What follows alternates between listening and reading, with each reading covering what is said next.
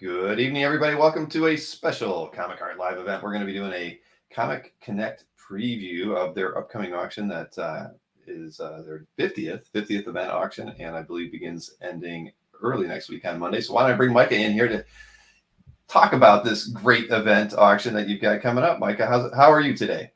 I'm well. Things are good, You're surrounded by art.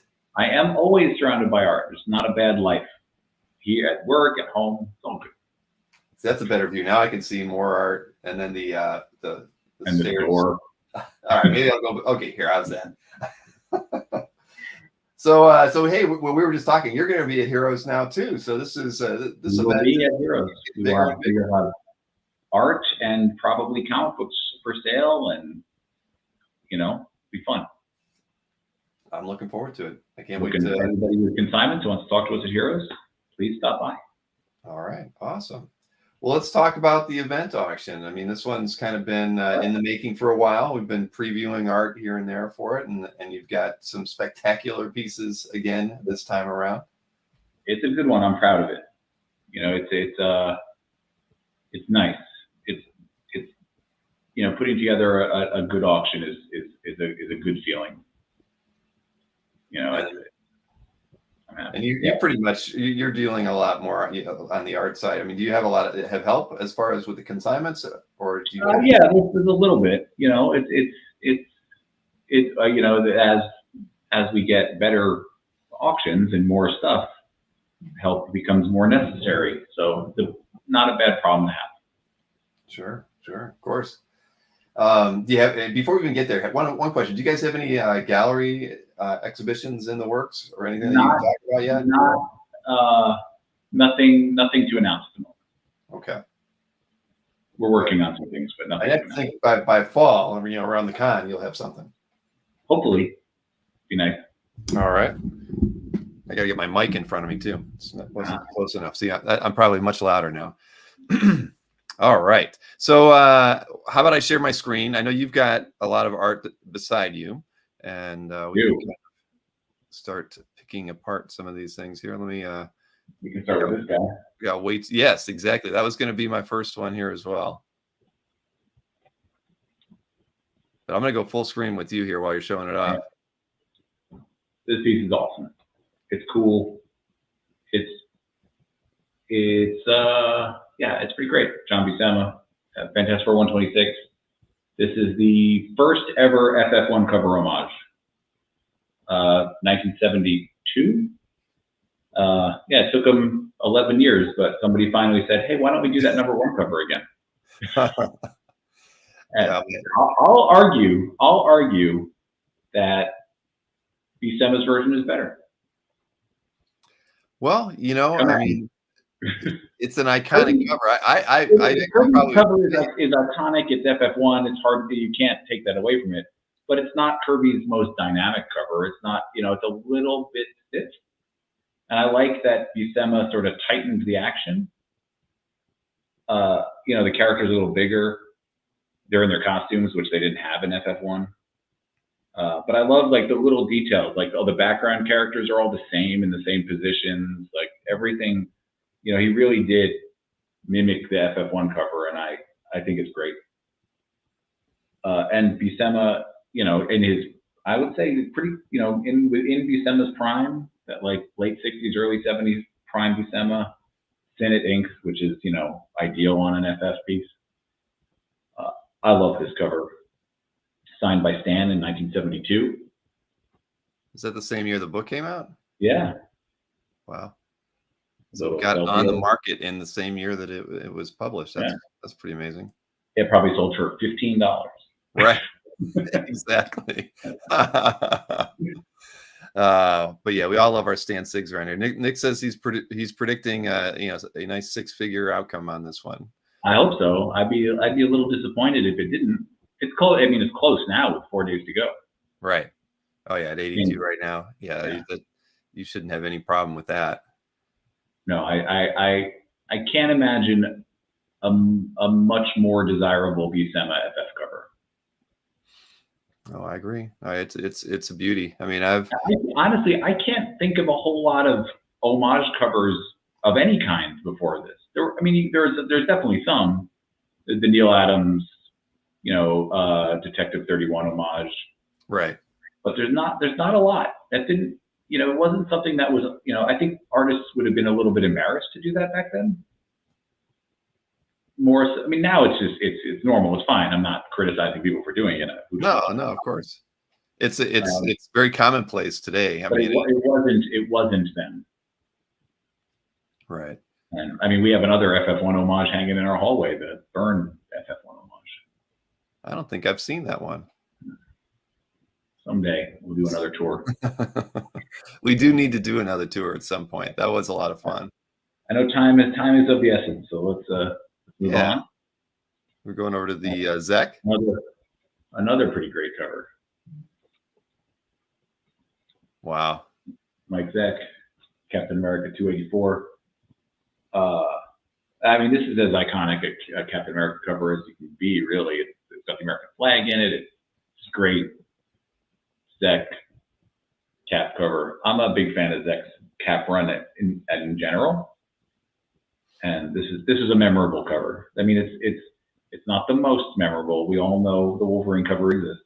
Right. But but this is this will be at the top five Zek Cap covers, I think. And apparently, so somebody told me, so I haven't actually seen the source, but somebody told me that John Beatty said that this was his favorite Zek cover that he ever inked. Huh. Now is that Zipatone on there for the shadow around him? It is indeed. I wonder if it's Zipatone brand Zipatone. I don't know about the texture, but it's awesome. Yeah, that's great, and all the logo and everything, all that's original. All original, yeah. Fantastic. The FF cover, just to be, the FF cover is missing some balloons, and the published cover had a stat over the upper part. That's why there's that discoloration. We don't have that stat. We have a replica, like a reproduction of a couple of the balloons, and a slightly modified torch, but it's not the production. But I'd rather have the artwork anyway. Right. Huh. Thank you for clarifying that. That's always good. I mean, descriptions are tough sometimes with Sure. auctions to really get everything in there, but and there's you got to weigh what's worthwhile to do a restoration on. Correct. And it's like, is it worth covering up artwork with replacement balloons? I don't know. I kind of like it the way it is. I would leave it. Yep. Yeah, let the next owner worry about it. If that's something that really concerns them, then they can make that decision. Next is a nice rare Spider-Man-less Spider-Man cover. But this is the first ever Silver Sable cover, and her second appearance, her first cover appearance. So that's pretty cool. Jack-o'-lantern, Silver Sable. It's Buckler and Rubenstein. Nice mid-'80s Spider-Man cover. I dig it. Is that again all original stats? Is that title on the left? Is that drawn? It looks like this. There's a stat. It looks like it's a stat. It was this was I think this spanned more than it was like a series that spanned all the Spider-Man titles. All right. This was probably on all of them. Sure. Yeah, this is a stat. The Spider-Man face is a stat, but this is all original. Yep. No, that's a nice one, and it's got a lot of bricks. We like bricks here on the channel. Face off. Bricks. Yeah, it's our thing here. The more bricks there are, typically the more valuable the art is. As we've come to more lines. Conclusion. The more lines equals more money, right? Exactly. Well, the Dark Knight 1 cover is worth like $15. Very few lines on it. Very few. Well, we'll see about that. I don't know. But no, this is a good one. And so was I correct too in saying that these lots all end on Monday? Monday night, I believe the art isn't first. So the auction starts ending at 7 o'clock Eastern on Monday, but art is in person. I believe the art starts ending around 7:40, 7:45, something like that. Okay. If you look at the, let's see, this is 23 hours, 49 minutes. Oy, I don't know if I can do math. 20, Well, so it's something like that. something like there, around in Something that. like that. Okay. Checking on Monday, it'll be very clear what time the art starts ending. Yeah. No, I'm sure. And of course, as everybody knows, you've got that bid timer too. So when so it'll be harder to get sniped on your platform than some others. Possibly get sniped. That's the way to do it. Like a real auction. No, I like that. I do. I think a lot of people appreciate that. Yeah. Next, more Spider-Man. Yep. Let me get that one highlighted over here too. But here, I'll go full screen for you with the Man Thing. Spider-Man, Man Thing, John Byrne, 1970 something. 78. Thank you. Yeah, 78. Yeah, it's pretty nice. Late, bronze Byrne cover, Spider-Man in it. Who doesn't love the Man Thing? Lots of people love the Man Thing. We have a lot of Man Thing art in this auction too. This is just cool. I like Byrne's work on sort of like secondary titles, Marvel Feature, Marvel Team Up, things like that. I've always loved his work on Marvel Team Up. That would be yeah. If I ever had anything by him from that run, I would be thrilled. It's you don't see this stuff very often. I've seen more X-Men pages than I've seen some, the other stuff. I mean, there's more of them, but still, I like this. This is nice. Get the glare off there. I'm a big horror comics fan, so I've always enjoyed Man Thing as a title. Well, there's a ton of 70s Marvel horror on the auction. Son of Satan, Werewolf by Night, stuff like that. Sounds right up my alley. Now, stats are the is the logo and everything original on this one? Everything's original, as far as I know. Nope, this is. I try to be pretty clear about that in the descriptions, unless something fools me. But I'm pretty good about spotting an original stat. Yeah, I couldn't tell because like the Man Thing one is a little bit darker than the Spider-Man. It is, but that might have been a very conscious decision. Yeah, and you can always tell. Little lesson. You can always tell an original stat because the number and the date will be separate paste up stats over the regular stat. Oh, okay. And even the Spider-Man head and the Man Thing head are pasted down. They're separate stats because it wasn't Spider-Man and Man Thing in every issue, so they had to do this corner box just for this issue. Sure. So you can usually, there are tells. Sometimes it's hard to tell on a scan, but in person you can, it's pretty easy to spot a replacement stat. So next Barry Smith. Barry Smith, yep. Let's switch over here. Vision Slash from Avenger 66. This is like the 12 issues or 11, 12 issues after the Vision first appeared. Yeah, that's about right. I think it was 58, 57, 58, something like that. I should know that. I know someone's in the audience is going to tell us, but yeah, this one's really nice. I love Barry Windsor Smith's artwork from this period. Like Nick Ferrucci pointing out Spider-Man's butt on that Byrne cover. It definitely wasn't the first thing I noticed about that cover. No, Man Thing for me was what jumped out. I know. It's still cool. What I like about this Vision piece is that if somebody showed this to me and said that, it's like Barry Smith, this doesn't look like 1969 era Barry Smith to me. This looks like 1972. It's got that design stuff that he wouldn't really use a whole lot for a few more years. Beautiful drawing. Smith inked this page himself,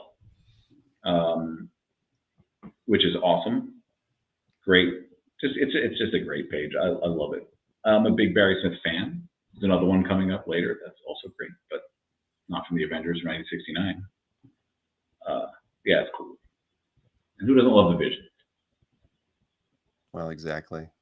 But yeah, kind of a kind of has like almost a little Kirby vibe in the way he's drawing the vision there. But yeah, this Yeah, is well, early Smith is much more Kirby-y, but this looks more like mature Smith than most of the stuff he was doing around that time. Mm-hmm. There was a period when I was in college that Barry Smith was just my favorite guy, and I went real deep into his back catalog, and I went through all that early stuff, his early, the X-Men that he did, and the Daredevils that he drew. And they're still interesting, and I like watching artists develop, but this is like a nice, like strong piece of that development. I mean, look at the shapes in the smoke. It's just really beautiful design. Yeah, no, I don't disagree. I mean, it's really well done. And he's starting to show his art influences, not his comic book influences. I was just thinking, Priest Duranko, and CJ said the same thing there. Yeah, has a little bit of vibe to that as well. So for sure. But it was the time, right? I mean, yeah, of course.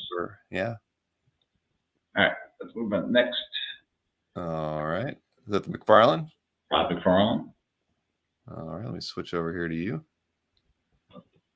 Hulk 338. The nice Hulk banner transformation page going back and forth. So he transforms from Hulk to banner a couple times.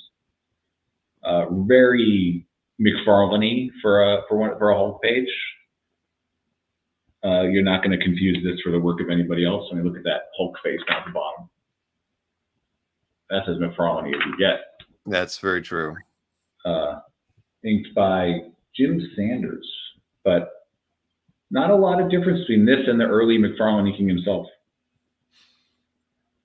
No, and those are, a lot of pencilers would ink pieces of pages. I'm not saying that that's what happened here. I'm just saying I'm postulating. Mm-hmm.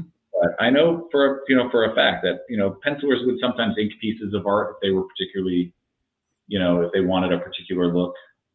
I know several artists that did that. It's not always credited. So, hey, even that Barry Smith, it's not credited in the book as being inked by him, but he said in an interview that it was. Mm-hmm. So, he liked that page. He wanted it to look a certain way, so he inked it himself. Again, not saying that McFarlane inked this page. I'm just saying it doesn't look right. different. Well, it doesn't look like the inker took too many liberties with the work. Exactly. That's for sure. No, that's really nice. And again, you don't see a lot of McFarlane Hulk pages out on the market. You don't, and especially not really good ones.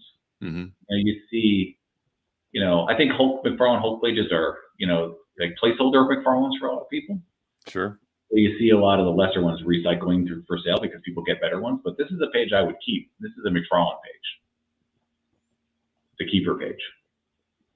I agree, and it's $8,400 right now. Yeah, it's a bargain. So we can do the math easy on this one. It's straight up 4 days and an hour. So all right. That ends a little after 9 o'clock on Monday. Mm-hmm. The M's are a little after 9 o'clock. That's Kirby. More Hulk. Hulk pages back to back, right? Is that the next one? Yeah. Yes. Kirby, Hulk, Tales to Astonish 69. Great. Hulk floating in space panel. The great Kirby Hulk posture there. And then the leader, classic Hulk, classic Silver Age Hulk villain. Inks by Esposito. Yeah, this is, who doesn't love Twice Up Kirby? Exactly. I've never owned a Twice Up Kirby or anything Twice Up, to be honest. I mean, which is kind of sad, but I have a couple, but no Kirby. No Marvels. I have no Twice Up Marvel. I have Twice Up DC. Yeah, this is just a great Kirby page. I mean, every really is. panel, even the bottom two panels with the armor and everything. I mean, those are just wonderful. Really well inked. Like nice inking. Yeah, it's cool. And I love this Hulk floating Hulk shot. It's great. Hulk's feet. Hey, you're quite welcome, Michael. Thank you. All right. Well, why don't we look at what's next here? Oh, Son of Origin. Oh, I'm gonna read it. This piece is a huge bargain right now. Yeah, So it's $6,700 right now. $400. I'm going to give a little backstory because this piece confused me when I first saw it. Because I was like, oh, that's awesome. And then I was like, wait a minute, that cover is painted. What's up with this? So relatively quickly, we realized like, it must have been for an ad. Because in 1975, comics could not print paintings in the interiors. So knowing that, Romita redrew the cover in black and white, and it was used in advertising. So these are also original stats drawn on vellum, which is not totally unusual for Romita. But they basically just redrew the cover in black and white for advertising. And you can, if you pull up the image of the ad is on the listing, if you want to pull that up. The other image. Okay. I thought I could click over to it. Oh, very good. So there it is. You can make that bigger. There we go. So yeah, so that's this drawing in an ad in a Marvel comic in 1975. And no offense to John Romita as a painter, I like this one better. Yeah, I was never really fond of that. I mean, it was, of course, it's cool. I mean, painting, but yeah, if you want something from Romita Senior, I would say you'd always want an inked piece, and this is really nice. I mean, and I like that in 1975 these were sort of like the B-level Marvel heroes because they were relegated to Son of Origins. But you got Iron Man front and center. Like Iron Man's not a B-list hero anymore. Scarlet Witch, Daredevil, Silver Surfer, like those are top tier Marvel characters now. Right. I love this piece. When it came in, I was like, wow. And with I think the original prices on it. I'll let the winner find out what that was. Yeah, there's no scan of the back on here, so we can't check. No. But yeah, it's cool.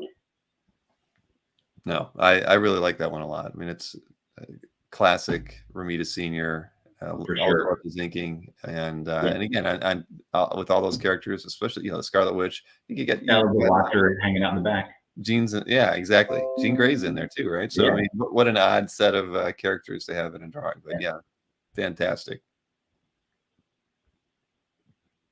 Next, that's my favorite piece in the whole auction. I had a feeling you were going to. All right, let's have a look at that one. So this is the first page of Love and Rockets that I ever read, because it was the first page of Mechanics that was in the collected edition that I read when I was probably 18. So Love and Rockets #2, but Love and Rockets 1 introduced the characters, but didn't really start their story because I don't know that they even had a plan at that point. So by issue 2, they're like, all right, let's do something more ambitious. So this story basically starts the story in Love and Rockets that is still going on 40 years later. It's beautiful. I love the device in the early stories of the letters narrating the story. So the letters from the characters to the characters. Portrait. I love the portraits at the top. This is an iconic piece of Love and Rockets art to me, and I think it's maybe one of the most important pieces of 80s comic art. Just because Love and Rockets started what we consider now as alternative comics began with Love and Rockets. It's not an underground comic, but it's not a mainstream comic. It's a serious adult story told in the form of comics. It's not adult in the way that it's dirty. It's adult in that it's not meant for kids. Mm-hmm. I can't stress how that I think this piece. If in a perfect world, this is $1 million piece. And you'd like to own it, wouldn't you? I would love to own it. Ron Lim wants to know the size on the artwork because it does look a little bit. This is like standard 10 by 15 normal comic size. Okay. Well, we answered that one, huh? Yep. All right. Because probably just because you're holding it forward. Oh, yeah. Yeah, like this is just next to a got it page. Well, I mean, it is a beautiful work of art. I really want to get something from Jaime myself. I've never owned anything by him, and I have one, but it's not as cool as this one. yeah, and The the one love I have is process pretty cool. it's getting stronger. I mean, people are really, especially the older pages. They're really Yeah, you don't nice see price. the early pages as often as you did 10, 15 years ago. Right. No, well, It's got the two main characters in it. So you got Hopi here reading the letter, Maggie's portrait up here who sent the letter. It's it's fabulous. Well, whoever wins this one's going to be very happy. Yeah, I hope. I hope so. There's more early level markets coming up. We'll get to that in a few minutes. All right. Now this one's I think right behind you. This is Alex Ross, more Spider-Man. Everybody loves Spider-Man. This Alex Ross Spider-Man 800. I wish there wasn't so much glare. So yes, so Spider-Man surrounded by basically his entire supporting cast. So and Miles Morales back there, and Aunt May, Mary Jane, J. Jonah Jameson. That's Ben Urich, Betty Brant, so many. Then that's Harry Osborn, and then the Red Goblin hovering over them all. I think I mean, Alex Ross does great covers, and I think this is a great Alex Ross cover. So that's saying something. I love the simple colors. I like that it's just red. It presents great. No, it really does. I mean, everything. Yeah, it's hard to find a bad Alex Ross, cover painting, but this one, this is beautiful, and it's funny because you wouldn't think that red on red. I mean, it's just, but that's kind of how Alex approaches a lot of his work. Yeah, he's really smart about his use of color, and it's an anniversary issue. You don't skimp on a when you're doing the cover to a book like this. I think it's beautiful.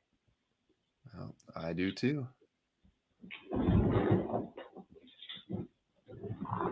What's next? Jack Kirby? Do we get to Kirby? Yeah, the Mr. Miracle. Mr. Miracle. Mr. Miracle page with Mr. Miracle on it. Just cool. Mr. Miracle and Oberon. And 70s Kirby awesomeness. We've talked about 70s Kirby before and how much I like it. I just think it's the purest time in his whole career. He was creating comics just for himself at this point. Right, and it's inked by Royer. I mean, a lot of people always felt that Royer kind of was the most truest inker to Kirby's pencils, and I know those people. Yeah, and it's a very nice piece. Yeah, nice, and it's you don't see them available often with Mr. Miracle on them. It's there'll be pages of supporting characters or pages from the later issues with Shiloh Norman, which is fine. Those are still great, but I like it. And there's another one. There's another one coming up. All right. Yeah, I should switch just one last look from over here so you can see it without the bag. Yeah, that's a beauty. Kirby crackle all over it. Even in the cutaway there in that first panel, you get a little crackly feel from the side view. That's nice. I mean, it's really, really nice. Next is another one of my favorite pieces in the auction. Oh yeah. We can do that. Sure. I'm flexible. I can move around. So yeah, another second Mr. Miracle page. I think they're consecutive pages. So, pages 12 and 13 from Mr. Miracle number 14. The great Kirby villain in this one. Yeah. Royer really understood the thickness of Kirby's line. And like not filling in the blacks necessarily all the way completely. I like the streakiness. Royer's thinking. A ton of energy. Yeah, Mr. Easy-Go-Lucky says you can't beat Royer's inks. That's for sure. You can't. No, very nice. Well, I would imagine anybody who's going after the one page is going to try to get both of them. That would be ideal anyway. It would be right? cool. It would be cool to have the consecutive pages.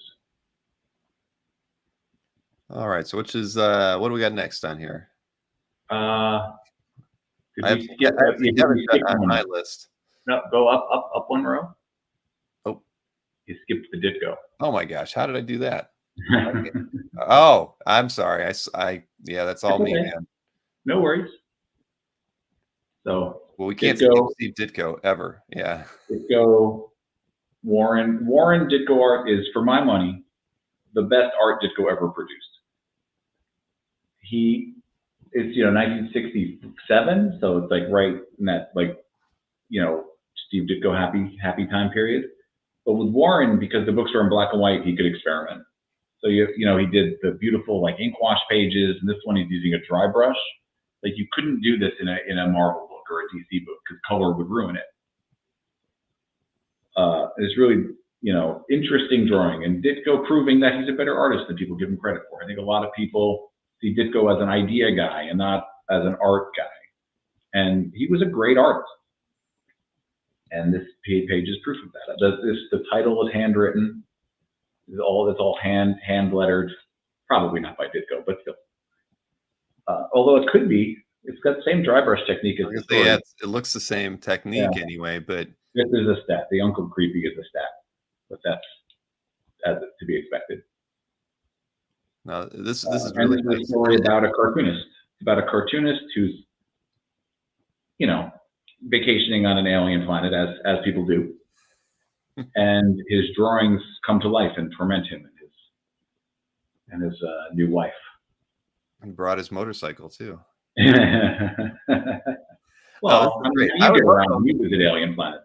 Honestly, I'd love to own like this page, just because of it not being, in the Marvel kind of fair or main characters. I think this is just a great example of his work. I love it. I mean, I love Spider-Man. Ditko's art in Spider-Man and the stuff he did in the '60s for Marvel and for DC and for Charlton. I think it's all great. Mm-hmm. But just pure artistry, the Warren stuff is a step higher, I think.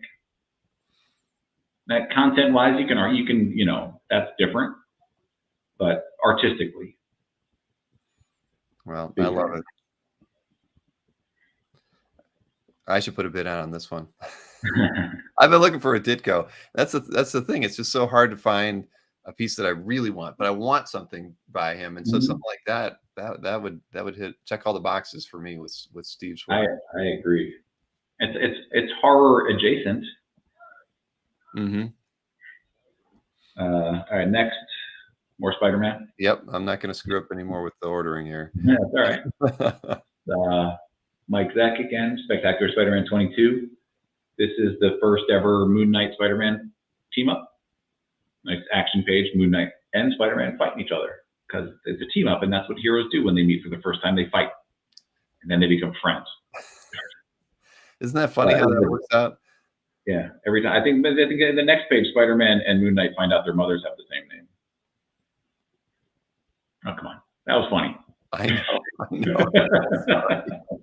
I was reading the copy on there. But yes. This is a really nice page. I mean, it's Zeck. I love that top panel. On this one? This is Zeck and Bruce Patterson.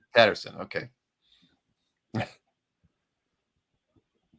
But yeah, it's a great early Moon Knight, 1978. Yeah, it's pretty cool. I like and early Zeck, early Moon Knight, got a lot of everything. Signed by Zeck down at the bottom. Yeah, cool. It is. All right. Next, we got a lot to get to, I guess. Yeah, things to talk about. All right. Yeah, another Ditko. More Ditko inked by John Byrne, which is weird. And but once you know it, because it looks like Byrne, and the Byrne is clear. Mm-hmm. But once you know it's Ditko, the Ditko becomes real clear too, because nobody laid out a page like Steve Ditko. Like the poses, just the panel designs, the hands. I think Byrne did a good job of, no, not hiding the fact that he was inking it, but also not trying to cover up that he was inking Ditko. I'm sure Byrne enjoyed doing this. Yeah, I think it's the only time that pairing ever happened, and you've got to imagine Byrne relished that opportunity. Avengers Annual number 13, 1984. yeah. I wonder what Ditko thought. Right? I mean, you just never know. But If Ditko ever saw it, right, I mean, right. you know, in the art when it was sent with whatever pages were sent back. Mm-hmm. True. But he probably didn't even think about it. That seems to me what Ditko would have done. Right, right. Well, it was Moon Knight. We're getting with Spider-Man. We're getting into all the Moon Knight. So. Oh yeah. No, this is a really, really nice strong page. I clicked off on there. There we go. There we go. Spivak, Moon Knight 24. Some classic Sienkiewicz Moon Knight sort of graphics with the cape. Beautiful drawing. This is, I mean, Sienkiewicz from this time period is hard to beat. New York residents will recognize the Flatiron Building in the background of panel 1. Mm-hmm. But just, you know, it's a lovely page. Yeah, I mean, even that last panel, even though it's, you know, it's heavy blacks and everything, it's so wonderful. I mean, I love Sienkiewicz. And unmistakably Sienkiewicz. Yeah. Wow. Next. Everybody's favorite team up comic. Are you ready? Ready for the X-Men? Yeah. I have always wanted a page from this. I have. I don't think this might be the first page from this book I've ever seen. And yeah, it's just I think this is the closing page to issue 2. So you got the X-Men in the clutches of the villain whose name I can't remember. I don't recall either, but I love this comic when it came out because I love the X-Men and I grew up in the 70s, so I love Micronauts. Mm-hmm. But yeah, got pretty much all the X-Men there. What's that? Wolverine, Nightcrawler, Kitty, Colossus, Storm. Yeah, this is dang. That's cool. No, it was. I mean, I even had some of the Micronauts action figures during this period. So I mean, so this issue, the inks on this issue are credited to Bob Wyacek and Kelly Jones. I think this page looks like Kelly Jones, but it's the cross hatching in the background looks like Kelly Jones to me. But it's hard to say for sure. Mm-hmm. But still, it's cool. Dang. Well, that's a nice one. That might be after the Ditko. I'd say this is my favorite piece here. It's a good splash page. It stands out. All right, more Lemon Rockets. I'm gonna take this one out of the bag because it's 2 pages. Sweet. So, story Lemon Rocket number 3. 2-page story called Lemon Rockets. I believe, don't hold me to this, that this is the only Lemon Rockets story that's actually called Lemon Rockets. And 2 pages. Nice contained story. It's a very, it's a little kind of that like sort of like sad, kind of little melancholy story with a weird kind of twist at the end, which is nice. But this beautiful early Jaime Hernandez drawing, you know, in the early issues, he used a lot more blacks and shadows. His art got cleaner as it went along, but this is still beautiful. You know, he was a pretty accomplished artist. He was probably 21 years old when he did this. Isn't that amazing? Pretty impressive. Yeah, 1983.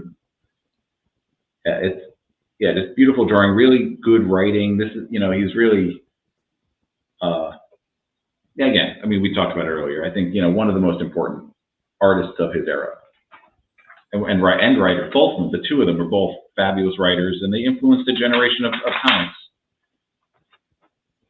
Wow, this is really, again, I mean, this is a nice one. A really, really nice, a nice pair of artworks here. Mm-hmm. Wow. Dang. See, I knew. Like I said, I'd gone through your set before the show, and you really got, you know, this is a well curated set of lots here on this auction, Mike. Thank you. That haircut's working for you too. I have to. It's getting a little long on the side. Your COVID look is gone, and yeah, what are you gonna do? It's summer now, you know. Yeah, long hair is too hot. You're gonna be miserable in Florida. I was down there for 3 weeks and I was absolutely miserable. My hair got more curly and I started having this Bozo the Clown kind of thing going on down there. Ponytail before. I don't think I'm gonna keep the hair very long while I'm down there. Now that'll be interesting because you've had that hair forever. I know. We'll see how long I can endure. But here, let me switch over to you here. Wow. Little Bill Sienkiewicz doing a little like pop art for this is the Batman Who Laughs. This is a variant, like a Midtown Comics variant, but it's all original. It really interesting drawing from Sienkiewicz. It looks like I bet he had fun doing this because you got very like pop art colors and the background was created to look like like a Warhol style screen print, but that's all painted. I love the like pastel, the colors he put in Batman's face. Yeah, really interesting, unusual for him, and I like he's an artist who still takes chances. That's to be commended, I think.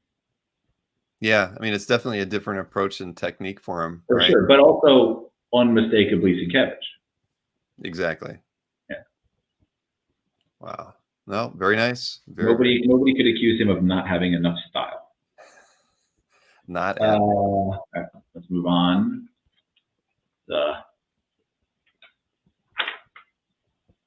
Let's switch over here. The Captain Marvel Giant Size Special. This is the first solo Monica Rambeau Captain Marvel story. She's a thing now in the movies. So yes. It's pretty cool. This is MD Bright. I've always been, because I grew up in the 80s, MD Bright was my Green Lantern artist growing up, so I'm a big fan. Yeah, it's really, I mean, again, this is like such a it's a classic cover for me too. Yeah. This is, what do we got? 89. Wow, this is just it's a great image, and I always like Mark Bright's work too. Yeah. Very underappreciated artist, I think. It's a nice piece, and it's kind of a it's sort of a key comic now too. It's like solo story with a new Captain Marvel. Nice original sound again. So again, somebody's gonna be happy with that one. Yeah. Some more Man-Thing. Man-Thing Splash by Jim Starlin. Wow. Fear number 12. Yep, that's amazing. I mean, it's very Man-Thing. Yeah. This is Fear 12 is like Man-Thing's fifth appearance, fourth, fifth appearance, something like that. No, wait, it's early. It's an early Man-Thing.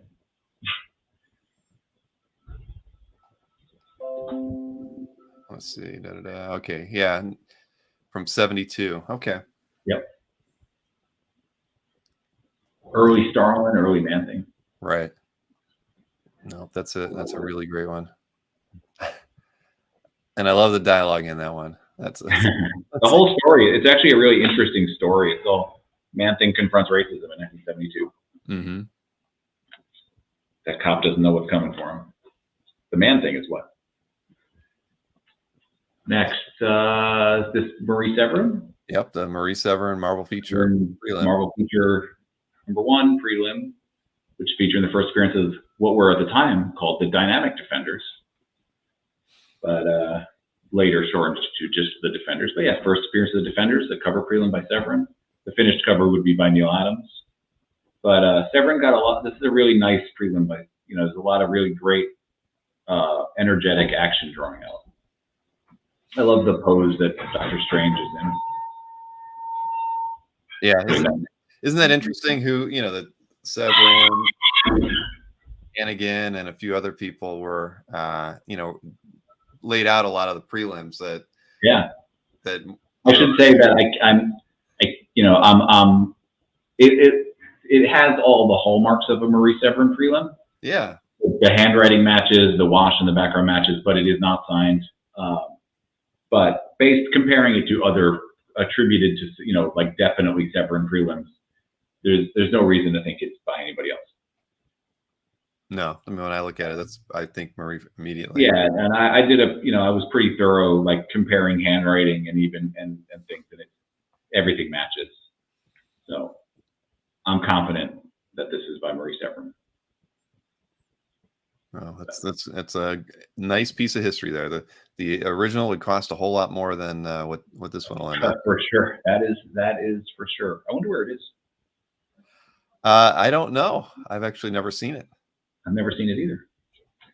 Move on. Got a Buckler Amazing Adventures starring Killraven, starring Killraven adapting War of the Worlds by H.G. Wells, which is fine. I was like, okay, but it's cool. It's a cool, Buckler Killraven cover, inked by Jansen. So, again, we've talked about this before. I'm a big fan of Jansen. Mm-hmm. Yeah, this is just a cool cover. I like it. I wonder if these comics are good. I should read them. I never read them either. I've never read them either, but I do like this cover. No, it is very nice. I'm gonna skip around a little. I always like Buckler. I like his layouts a lot. I mean, man, me too. He did a little bit of everything. So there's a lot of variety in his career. Look at that New Year's Nightmare 2019. That was a nightmare. We didn't know. If they only knew what was coming in 2020. Exactly. Oh man. I'm going to try to run through some things. Yeah, let's do that. Maybe I should just stick with you and I and not be flipping back and forth here. How's that? Just that's fine. That's fine. All right. I want to see as much as we can. David Finch, Ultimate X-Men, Wolverine, Spider-Man cover. I never read this comic, but I remember this cover. Like this cover stood out when it was published. And all the Ultimate covers, it was like digitally airbrushed over the pencil, so this is the finished art. Yep. But yeah, just a great cover by Finch. Great Spider-Man, great Wolverine. Ultimate X-Men 34. Yeah, very reasonable right now at just over $2,000. So yeah, I think that's insane. That cover should be much more, and I'm sure it will. I mean, it's it's an auction. That's how they work. Another pencil cover. This one's Michael Turner, Soulfire cover. This was a San Diego Comic-Con exclusive variant cover. That's nice. It's got unmistakably Michael Turner. He drew women in a very particular way that is, and we've talked another thing we've talked about before is, artists who are able to come up with a style that is instantly identifiable. And it's funny because it's all typically, but you just know it's him, right? I mean, that's so. Sure. That helps too. It does, but no, I mean, even if it didn't, nobody else drew this. There's no way. No. People, and even the people who drew like him, it would be different. He, like the leaving out of lines and things like that. It's like that's an artist's move. No, he knew what he was doing. All right. Dave Sim coming up next. Cerebus 118. Nice. At that point where Cerebus is becoming a little bit sad, so it's a nice sort of melancholy Cerebus page with just some stunning background vistas by Gerhard. Let me get down there. Just beautiful drawing. Like every line of that is hand drawn. It's got bricks in it, Bill. I was just so be valuable. That one's great. Yeah. I mean, it really, really is beautiful. I mean, nobody does backgrounds like Gerhard, right? I mean, no, for sure. And also just a nice content page too. It's a nice quiet Cerebus moment. Yeah, that third panel is fantastic. Yeah, with Cerebus. Yeah, I like the second panel is the reflection in the window. Oh, you know, I didn't even catch that at first. Wow. Yeah. I wonder if Dave Sim drew the reflection, or if Gerhard, when he drew the window, said there should be a reflection. Yeah, that's a good question. We got Steve Epting, Captain America #1 page with the Red Skull in this tube back here, this tube right here, and this tube back down here. That's the Winter Soldier in there that you can't see, but he's in there, trust me. So technically, Captain America #1, Winter Soldier doesn't actually appear till issue 6, but he's in this tube. Very nice Epting there. And Yeah. John Byrne next? Or which one's next? I'm sorry. Well, we can skip around. Okay. Show me what you want to show. Another Buckler Daredevil 101 splash. Oh, man, that is cool. It is pretty cool. Daredevil fighting hippies. You got to get hippies off the streets. Fair minute. Excalibur #1 page 1, which is pretty neat. It's another comic I read when it came out, and I haven't read this comic in 30 years, and I remember this story vividly. Alan Davis Excalibur hits me in my nostalgia sweet spot. Yeah, that's not going to remain at $1,200 for too long. No, I'm sure it won't. It's Michael Golden from the Nom. No, again, Michael Golden, another, guy is hard not to like. He put his all into everything, which means his body of work is too small because he drew very slow. And those don't come up very often either. They don't. John Byrne's Superman, which is literally the definition of my nostalgic happy place. These were the first comics I ever collected, John Byrne Superman comics. Really? Yep. Yeah, I mean, I've always said I'm not a DC guy, but when Perez was doing Titans and whatnot, I bought them. And when Byrne would do a DC book, I always bought them as well. I mean, so his work on Superman was, Superman the Man of Steel was the first comic I went back to get the next issue of. So it's not the first comic I read, first comic I collected. Mm-hmm. And then I never stopped reading comics. So thanks, John Byrne. Rich Buckler, Spectacular Spider-Man 116, Spidey versus Sabretooth in the black suit. Pretty nice action page. Oh, that is really nice. Yeah. This is another one that's not going to stay at the price it's at. Well, everybody wants black costume Spidey these days. Yeah. Well, there's only so many. Well, and fighting an X-Men villain. Absolutely. Adds a little bit to that. All right. Norm Brayfogle, Detective Comics, Detective 593. I think this is relatively early Brayfogle Batman because it's 1988. I don't really remember him working on Batman that early. But he brought a lot of style to Batman, that's for sure. Cool page. Yeah, that's really nice as well. I like Brayfogle on Batman. Me too. Yep. All right, this is another one I'm going to take out and open up because this piece is ridiculous. It's awesome. So this is from the Marvel 1990, what is it, 1990, sorry, bear with me, 1991 Marvel's annual report. So this comic would have only been given to shareholders and not, this wasn't available to the public. Mm-hmm. So it's basically all the Marvel heroes you could imagine talking about what a successful year Marvel Comics had. X-Force #1, sealed in polybags, breaking records, #2 bestseller, behind X-Men #1, which sold 8 million copies. So yeah, this is just, it's just cool. I don't know. I can't think of a character from Marvel from this time period that isn't here. You have Venom there, and Stan Lee up here making a little appearance. This is just fun. Like, no, that is great. You got Dr. Doom, Galactus. Yeah, and literally everyone. Nova. I think that's Nova. Wait, no, I don't even. There's characters in here that I don't even know. There's Nova over there. Who's that? That's a very interesting page. These are the kind of pages that you know I would love to own, just because they're offbeat and funny and don't make.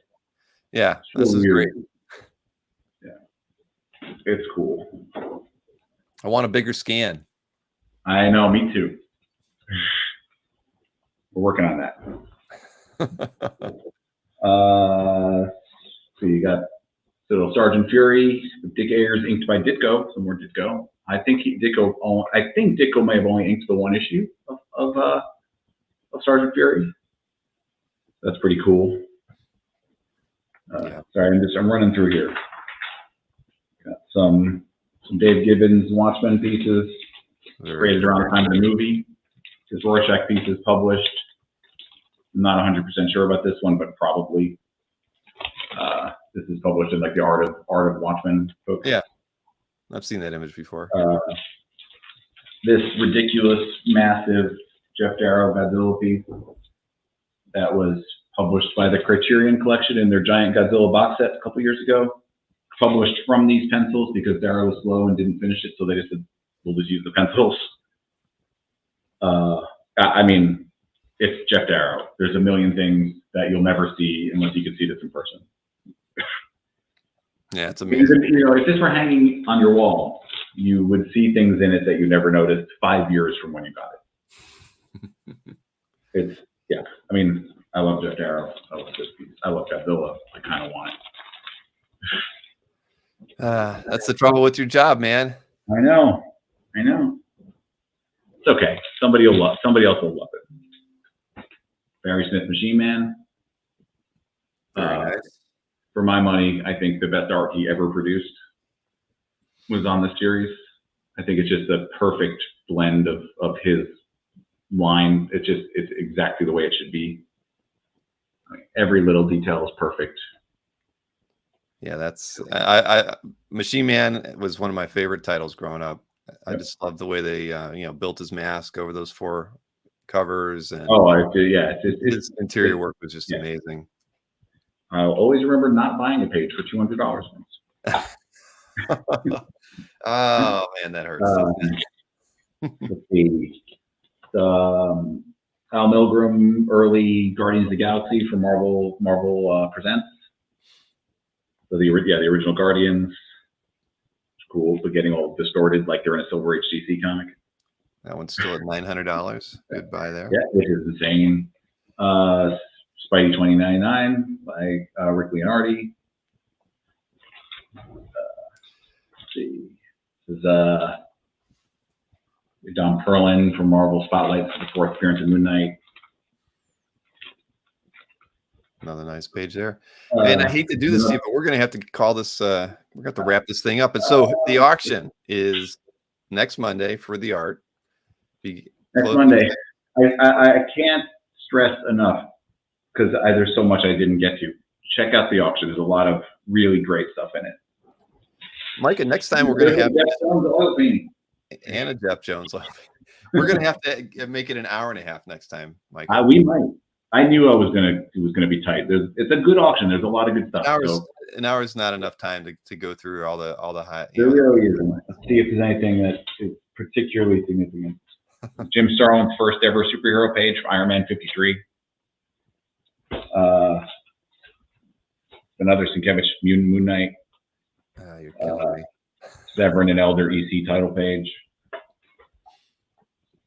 Jack Davis. I mean, it's a great.